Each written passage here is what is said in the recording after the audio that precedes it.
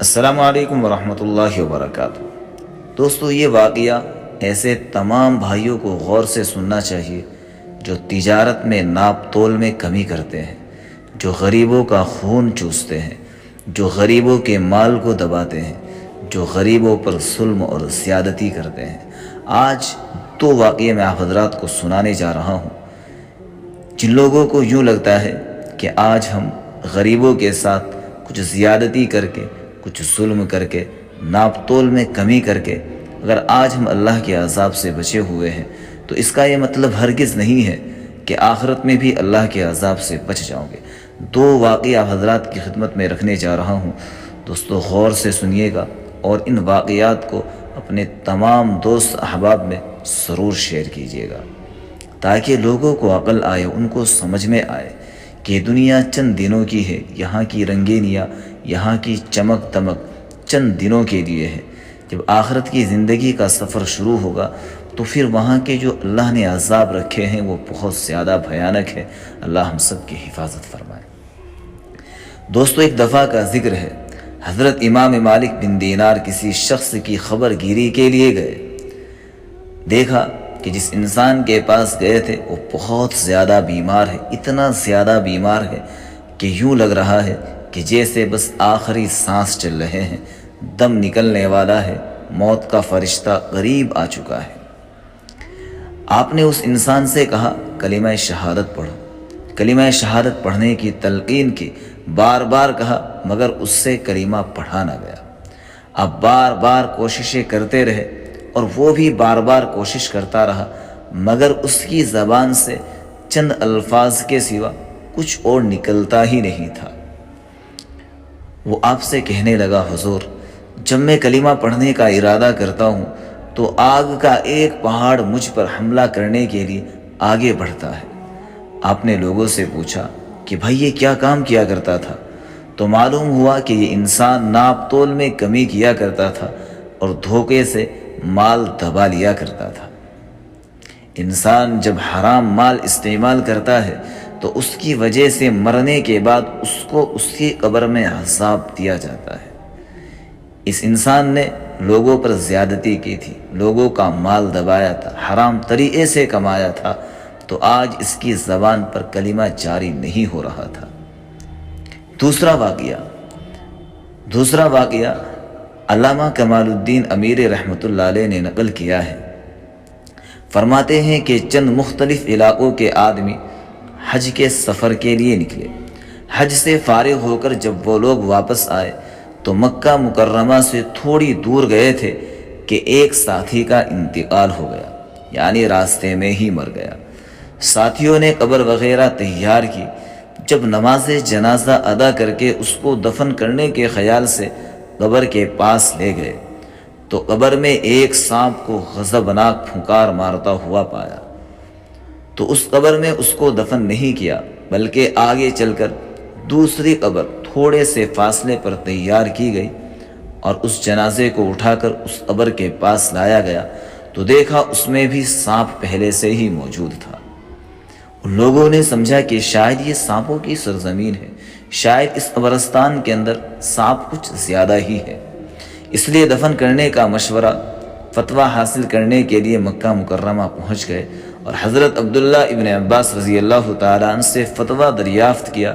حضرت عبداللہ ابن عباس رضی اللہ تعالیٰ عنہ نے جواب دیا، اس مردے کو اللہ تعالیٰ عذاب قبر میں مبتلا کرنا چاہتے ہیں، اس لیے اگر تم پورے روئے زمین کو بھی کھود ڈالو تو اسے عذاب قبر سے نہیں بچا سکتے، ہر جگہ تم عذاب قبر پاؤ گے۔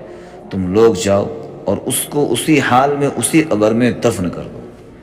فتویٰ پانے کے بعد مایوسی کے ساتھ ان لوگوں نے اپنے ساتھی کو سانپ کی موجودگی میں اوپر سے ڈال دیا تو ان لوگوں نے یہ عبرتناک منظر دیکھا کہ سانپ نے سب سے پہلے حملہ اس شخص کی زبان پر کیا اور اس کی زبان کو کاٹنے لگا۔ ان لوگوں نے جلدی سے قبر کا منہ بند کیا۔ جب سب لوگ اپنے گھر پہنچے اور 2-3 حاجی صاحبان متوفی حاجی صاحب کے گاؤں گئے اور ان کی عورت سے پوچھا کہ بھائی تمہارے میاں کیسے تھے، ان کے کیا اعمال تھے، انہوں نے زندگی کس طرح کی گزاری تھی؟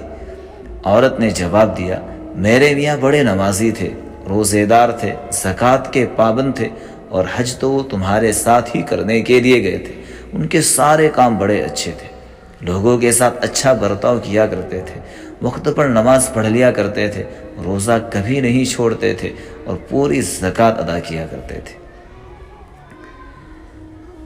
حاجی صاحبان نے قبر کے عذاب اور سانپ کا واقعہ سنایا کہ اس نے زبان پر پہلا حملہ کیا ہے، آخر وہ کیا کیا کرتے تھے؟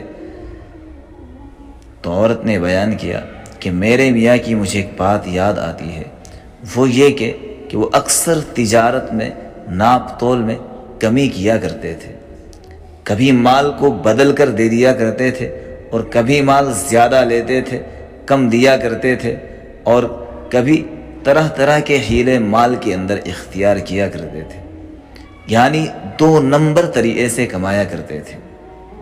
اور چونکہ اس طریقے سے مال کو کمانا شریعت کی نظر میں حرام ہے، شاید اسی وجہ سے ان کو اللہ تبارک و تعالیٰ نے یہ سزا دی ہے۔